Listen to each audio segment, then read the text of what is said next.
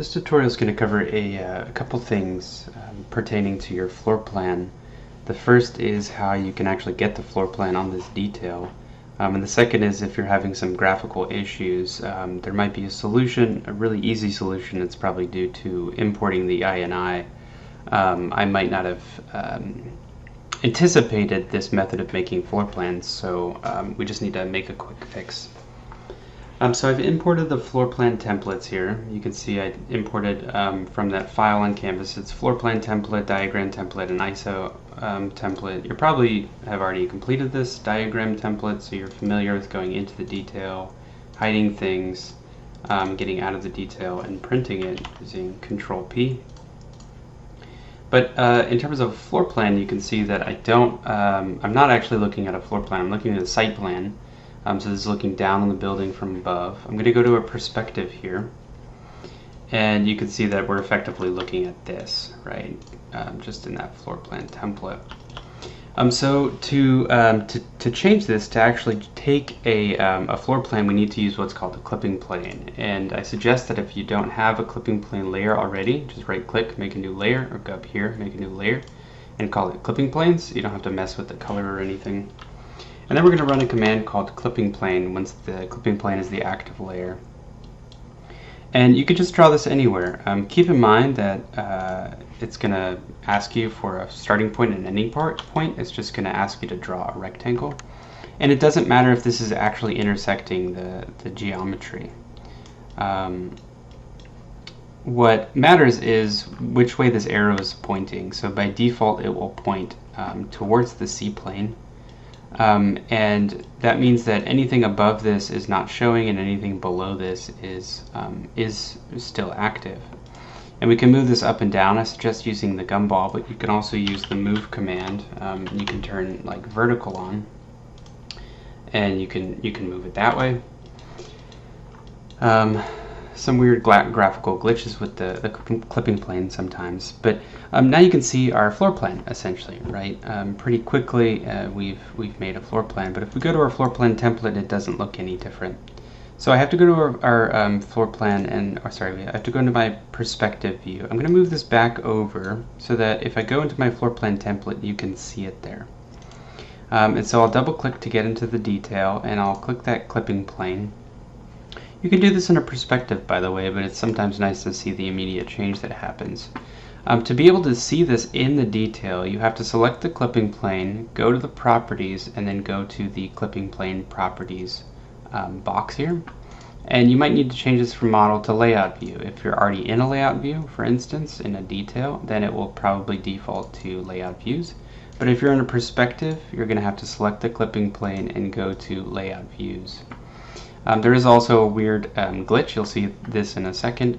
We need to turn this on for the floor plan template detail 1, essentially. It's a top view. So when we go ahead and we try to turn it on, just like we can turn it off in our model view, it's going to sort of go back to model views. It's really kind of confusing. But now we know that that worked. If you have multiple views, then you're probably going to have to go through this and maybe double check that it's not turned off in that one, for instance, but it is turned on in this one. And also, if you turn it off sometimes in the detail, as I just did there, it won't prompt for it won't show you the correct geometry unless you double click out of the detail. So just keep in mind that it's working. It just needs a second to catch up. It just needs a refresher. So again, if you go to perspective, or you do it in the floor plan template by double clicking into the detail, we just need to click that clipping plane, go to our layout views on the views clipped under the properties in clipping plane, and we need to turn it on in one of those details for the floor plan template, and then you can see that it adjusts there. Some people asked if you want to show that clipping plane when you print it. I would say probably not. It's kind of annoying, so that's why I also recommend putting it on a layer so that you can actually just turn it off in the detail. I'm going to have to double click into the detail first and then turn it off. You can also do it for this detail as well, and that means it can still be your active layer if you just turn it off in the detail. Keep in mind it's really easy to lose clipping planes, so that's also why I recommend putting it on a layer. But if we go to perspective here, I'll show you a command. It's called Sel Clipping Plane. There's a bunch of Sel commands, by the way. This just stands for select. So you can select all blocks, for instance, is a good one. So select block instance. Now you can select all of them. But Sel Clipping Plane is also a really nice one if you lose your clipping plane. And it will just select all of the clipping planes in the model. So that brings me to the next part, which is sort of a, I don't want to call it hack, but it's a way that we can establish a view range in Rhino. So as I explained in class, Rhino is not a building information modeling software. It is just a 3D modeling program. So it doesn't have these built-in sort of functions of view depth, but we can utilize a clipping plane as our view depth as well. So I'm going to turn the gumball on, or make sure the gumball is on. I'm going to copy this down, so I'm going to drag it in the vertical direction. I'm just going to tap Alt, and you can see that box comes up. I'm going to let go. Now you can see that this new one is facing the same direction, so they're both cutting towards the same face, and this one is taking precedent. This one, you know, it's cutting here, so there's no geometry for this one to cut. Now, if I were to move this one up, you can see that it flips. But the way we can establish a view depth is by turning this upside down. We can do this by holding either the green or the red toggles if your C-plane is defaulted to the world, and just holding shift and rotating 180 degrees. You can also just click the gumball and type 180 and it will rotate upside down. We can grab these together and you can see that they're facing each other, and now we can move it through our building and create various sections. We can also move these closer together. I need to do the same thing, but actually if I've copied it, you'll see that if I go to the layout views, it's already turned on. If I establish a new clipping plane, it won't have that turned on by default. Since I copied that from a clipping plane which had already been turned on in our floor plan template, now you can see pretty clearly what it's doing. It's just taking a slice through these two parts of the building here and effectively looking at this top part. This is really helpful when you have maybe things that are really far below, like amenities, and you don't want to show the blue color because in a floor plan it doesn't, you know, you can't tell the depth. And then it's also really good for if you have a park here, for instance, and you're not cutting at the park level. This just helps us to see really clearly what is the sort of main core of your floor plan. So once you've got that established, you can start drawing on this. So it's nice to draw X's for your for any chases or like elevator shafts. It's a pretty common standard. So if this was a mechanical shaft, for instance, I can just draw an X through there. So you get that idea. I can also type text on it. I can also copy this text. So I like doing that a lot. I'm just like, if I have text on the page, I'll just copy it and sort of move it around as I want.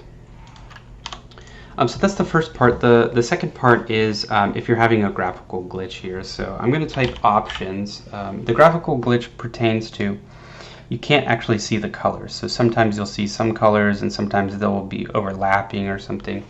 Again, Rhino has some weird sort of graphical issues where when things overlap, it doesn't know what to show you.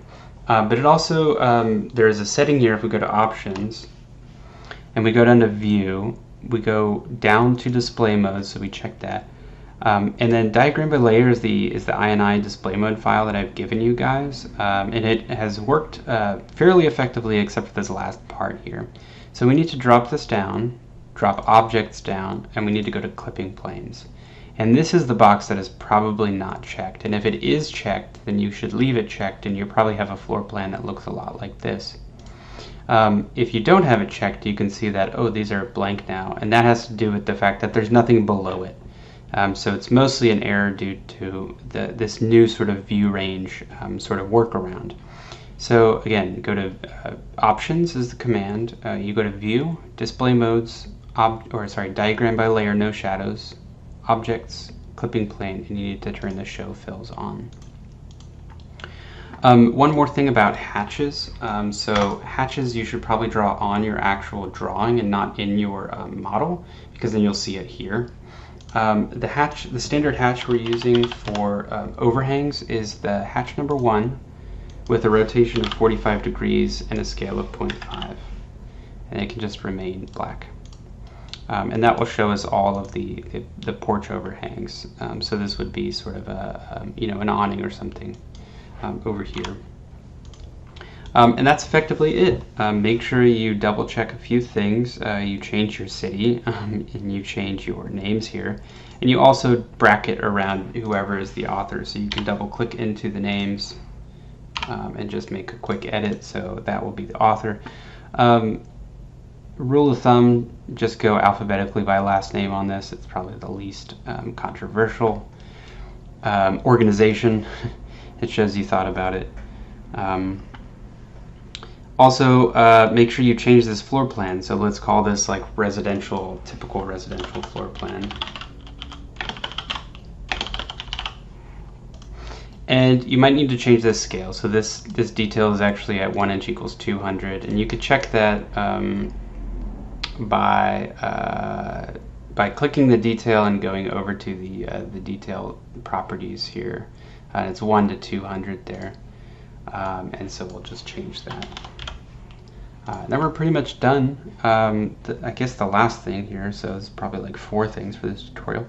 But anyways, if you go to your diagram template and say, let's say you've done all this, right? And we need to standardize that this is actually what you've done. So these are incorrect, right? Let me actually change that. Let me take this and go down to the podium. This clipping plane method is also really useful to figure out where you need corridors and stuff. So like this wouldn't necessarily be 100% correct, but it could be, because these are maybe just ones that go from the tower to the parking garage. So maybe that is just the lobby for whatever amenities are here. Like I think we have a grocery store in ours. But just keep that in mind. You can use these clipping plane methods as a double check method. But now these are correct here. But if you've already done it at the diagram level, you can also just take that diagram, or sorry, that detail, Control C and then Control V here. And everything should sort of copy over. You can change the scale to 1 inch equals 200. You can even bring it down a little bit so it fits. And Gumball's fine for this. And then you can move it to the corner here. Right, so instead of having to do it twice with the hide all in detail stuff, you can just copy it from a sheet that you already have. Lastly, a quick note on some sort of weird technical glitches again. As long as you've gone through that options and you've turned on the sort of show fill for the clipping planes, you might encounter this issue where it looks like this is blue, and if you sort of go into it, it's not blue anymore. It seems to be okay if you just print it. So if I print this either as a PDF or I could just do an image file. Let's make sure this is got down. Let's just call this test print.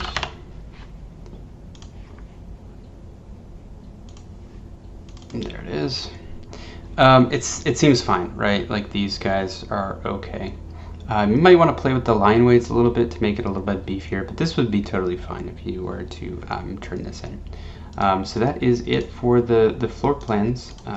There's nothing essentially new here. It's just, I guess, coordinating that with the details so you make sure that your floor plan pops up as a floor plan. And I guess there is a new sort of consideration of how we're using a clipping plane to act as our view depth.